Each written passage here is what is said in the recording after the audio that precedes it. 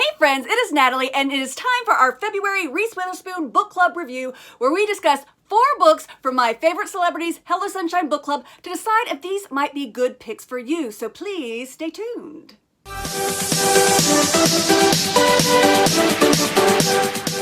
Right now, I'm having my 1,000 subscriber giveaway where I'm going to have 6 winners. And right now, I only have about 40 people entered. So if I'm going to have about 6 winners and I only have about 40 people entered, you probably have a very good chance of winning. And I'm giving away, what do you think? Books. I'm very excited to say also that the Reese Witherspoon Book Club review is now expanding. Danny from Current Chapter contacted me in December and said one of her goals for 2020 was to read all of the books in Reese Witherspoon's book club. I was, of course, so super excited. We immediately brought up the idea of collaboration, and it took me a while to kind of figure out what we could do. So what's going to happen is I'm going to continue doing what I've always done and talk about 2 books where I'm reviewing 2 books and introducing 2 books. But the actual book of the month, she is going to take even further and do a deeper discussion of.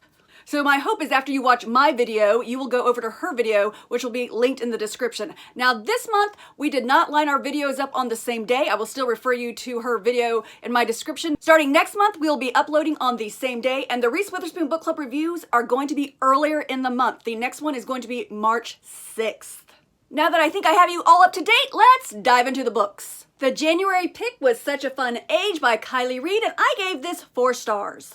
In this book, we have 2 main characters. We have Alex and then we have Amira. Now, Alex is a mother and wife who's very successful. She runs a website and she's one of those people who helps women figure out what they want and help them get what they want and be, I guess, more assertive. Amira is a young black woman. She's just finished college. She's trying to figure out who she is, and she works as Alex's babysitter, mostly babysitting her 2-year-old Briar. One night, she takes Briar out to the market, and because of them being 2 different races, the security guard actually thinks that this might be a kidnapping situation, which is crazy.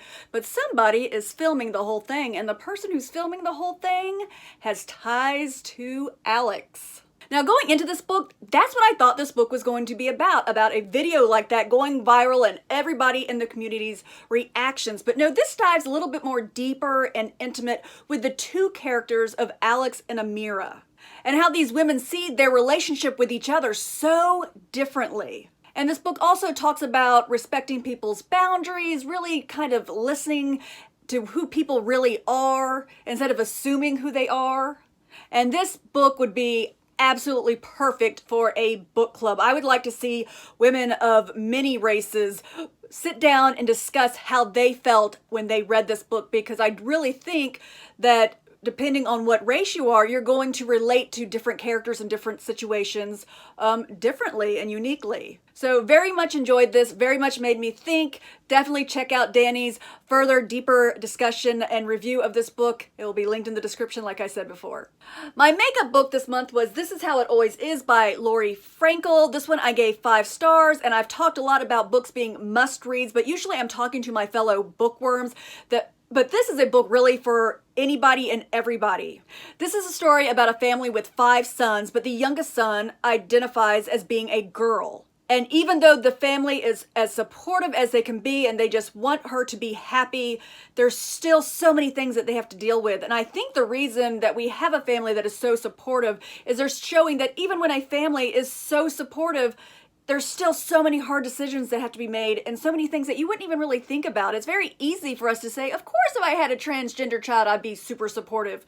But when it comes to little decisions that you really have to deal with, you don't know what you might do. So this is definitely a book that makes you think. And another reason why I think this is a must-read for everybody is the suicide rate for transgender teens is 40%, which is almost half. That is unacceptable. So definitely share this book, read this book, and then share this book with as many people as you can. It is a book that needs to be talked about. The topic itself is just too important. Now, the February book for the Reese Witherspoon Book Club is The Scent Keeper by Erica Bauermeister. And this book is very interesting, very different from anything I've read before. Our main character is Emmeline, who lives on this remote island with her father as she grows up and very isolated from anybody else. She really only knows her dad. They're very self-sufficient on this island. They can make their food. They're very happy. And her father has these magical bottles that have captured these smells or these scents from different situations or different parts of the world or different people. And she is absolutely fascinated by these bottles and where they came from. Unfortunately, Emmeline eventually gets thrown out into the real world and she has to figure out who she is. Why was she brought up on a remote island? What was her father hiding? What were these bottles all about? Was he magic? Was there science involved?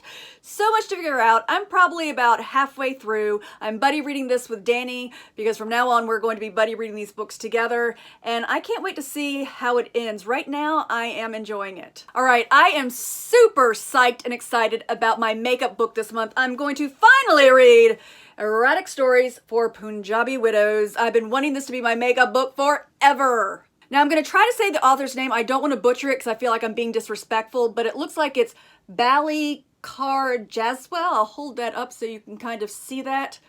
I actually did go into YouTube's pronunciation videos because there were some words, even in the synopsis, that I did not want to say incorrectly. Because like I said, I find that disrespectful to cultures when you say the words incorrectly. In this book, from what I've read in the synopsis, our main character is Nikki. She's the daughter of Indian immigrants, but she is really about the Western world. So she really hasn't embraced the traditions of her family's culture. But then her father dies, leaving the family with financial strain, so she takes a job as a teacher at a community center to teach creative writing, and it's in the heart of a Punjabi community. Her students are Sikh widows, and when I say Sikh widows, I mean S-I-K-H. They come from the Sikh community, and they really are coming to learn English. They're not really there to do creative writing. And these widows are very modest. They wear their white dupattas, and one of them stumbles across a book of erotica and comes and shares it with the class. This causes kind of a chain reaction where all of a sudden a lot of the widows have untold stories, amazing stories that they want to share,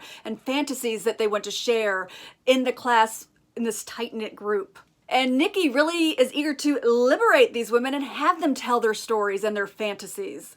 Unfortunately, there's a group called the Brothers who kind of act as the moral police who are threatening to expose what this class is really talking about. And that's all I know so far, but it sounds absolutely amazing. I love that this book has insights and interviews at the end that I definitely will take and look at. But I've heard so many wonderful things about this book, and I cannot wait to read it and tell you if I think you should pick it up as well. Don't forget to jump into that 1,000 subscriber giveaway, and don't forget to check out Danny at Current Chapter's deeper dive into Such a Fun Age.